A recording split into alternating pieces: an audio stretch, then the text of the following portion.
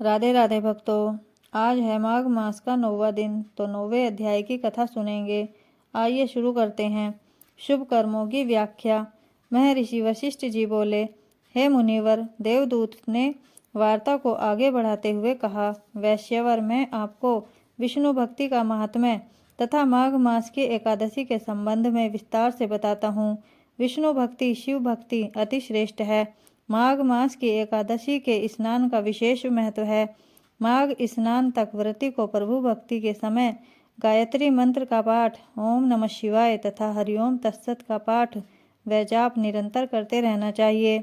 यमदूत बोला, हे वैश्य, दोपहर के समय कोई भी अतिथि, चाहे वो मूर्ख पंडित हो, पापी अथवा आतताई हो, आ जाए, उसे अन्न व जल आवश्यक देना चाहिए।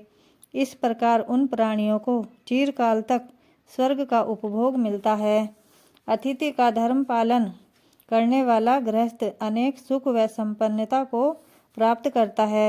अन्न दान करने वाले परोपकारी व दानी पुरुष दिव्य विमान पाते हैं तथा स्वर्ग में अमृत पान करते हैं। देवदूत बोले, एक बार उसने स्वयं भगवान विष्णु के मुख से व्रत का तथा दान का महत्व की व्याख्या श्रवण की थी तथा धर्मराज ने स्वयं साध्विज राजा को, जो धर्मपरायण सत्यवादी तथा प्रजापालक व दानवीर राजा था, उससे कहा था कि यदि सुख व स्वर्ग भोगना चाहते हो तो अन्नदान अवश्य करो। देवदूत बोला, स्वयं धर्मराज के मुख से उसने सुना था कि जो मनुष्य गर्मी में जल, सर्दी में अग्नि तथा सदैव अन्नदान करते रहते हैं, वे कभी नरक नहीं जाते। जो व्यक्ति दोनों समय यज्ञ करते हैं, तीर्थों की यात्रा करते हैं तथा तीर्थ में स्नान करते हैं और सत्य व्यवहार करते हैं, वे कदापि यम का द्वार नहीं देखते।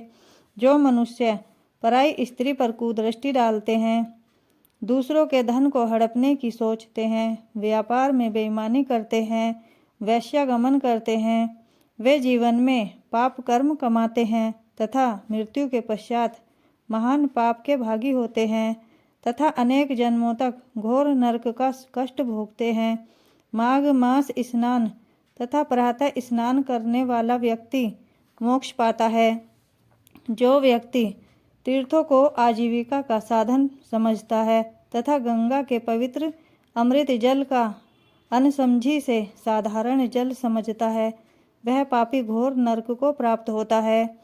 प्रत्येक मनुष्य का कर्तव्य है वह पूरे माघ मास प्रयागराज में स्नान करे, क्रोध का त्याग करे, विष्णु व शिव भक्ति की में लीन रहे, यथाशक्ति दान करे, पुण्य करता रहे, माता पिता की सेवा करे।